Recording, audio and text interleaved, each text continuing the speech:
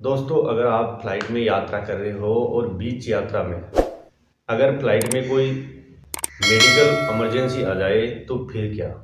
आज इसी के ऊपर हम इस वीडियो में चर्चा करेंगे। वैसे दोस्तों, एक रिसर्च के मुताबिक ये मानना है कि दुनिया भर में एक दिन में जो कॉमर्शियल फ्लाइट है, अगर उनके उड़ानों की संख्या 600 है तो उनमें से एक फ्लाइट ऐसी होगी जिसको किसी न किसी प्रकार की मेडिकल इमरजेंसी की जरूर पड़ती है।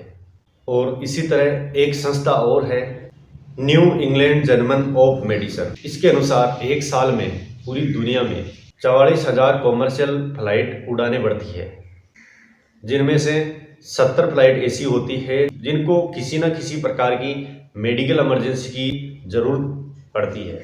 और उस ज़रूरत में उस फ्लाइट को या तो डाइवर्ट किया जाता है बीच रास्ते से, या उसे बीच रास्ते में उतारा जाता है। इसीलिए फ्लाइट में जो क्रू मेंबर होते हैं उनको हर तरह की इमरजेंसी के लिए ट्रेंड किया जाता है, जिसमें कोई भी मेडिकल इमरजेंसी हो या फिर फ्लाइट में कोई तकनीकी खराबी। अब दोस्तों, हम जानते हैं कि फ्लाइट अगर फ्लाई कर रही है और बीच रास्ते में कोई मेडिकल इमरजेंसी आए तो क्या किया जाता है। तो दोस्तों, वैसे देखा जाए तो मेडिकल इमरजेंसी हमेशा फ्लाइट में जो आती है वो दो प्रकार की होती है। एक तो होती है कि किसी यात्री को कोई चोट लग जाए, दूसरी किसी यात्री का स्वास्थ्य खराब हो जाए, किसी यात्री द्वारा चिंता करना, या उसे चक्कर आना, या उसे ऑक्सीजन नहीं मिलना, और जो एक सबसे ज़्यादा मेडिकल इमरजेंसी देखी जाती है वो है हृदय गति का रुकना, मतलब हार्ट अटैक। यही मेडिकल इमरजेंसियां सबसे ज़्यादा एक फ्लाइट में देखी जाती है।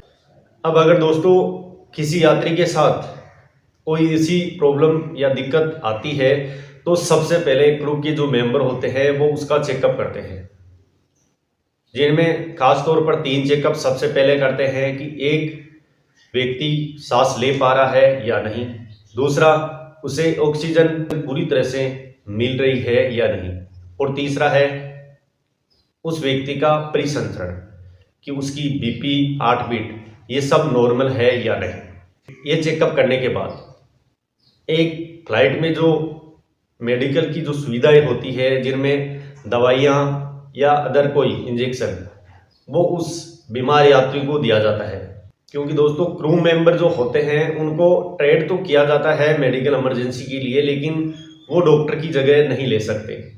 इसीलिए क्या होता है, 70% कॉमर्शियल फ्लाइट ऐसी होती है जिनमें डॉक्टर की व्यवस्था उन फ्लाइट्स कंपनियों के द्वारा की जाती है। जो किसी भी प्रकार की कोई मेडिकल इमरजेंसी अगर फ्लाई के वक्त आती है तो उस सिचुएशन में वो डॉक्टर उस इमरजेंसी को संभालते हैं।